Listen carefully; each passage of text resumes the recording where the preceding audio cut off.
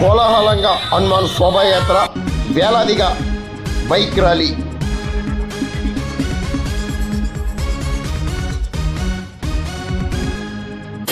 కాకినాడ జిల్లా సమరకోటలో హనుమాన్ జయంతోత్సవాన్ని పురస్కరించుకుని గురువారం హనుమాన్ జయంతోత్సవ శోభాయాత్ర ఘనంగా నిర్వహించారు. వేలాది మంది యువకులు, పెద్దలు బైక్ ర్యాలీలో పాల్గొన్నారు.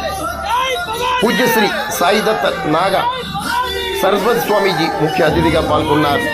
పెద్దాపురం ఎమ్మెల్యే నిమ్మకాయల చినరాజప్ప, బీజేపీ జిల్లా అధ్యక్షులు విక్కిన విశ్వేశ్వరరావు తదితరులు పాల్గొన్నారు.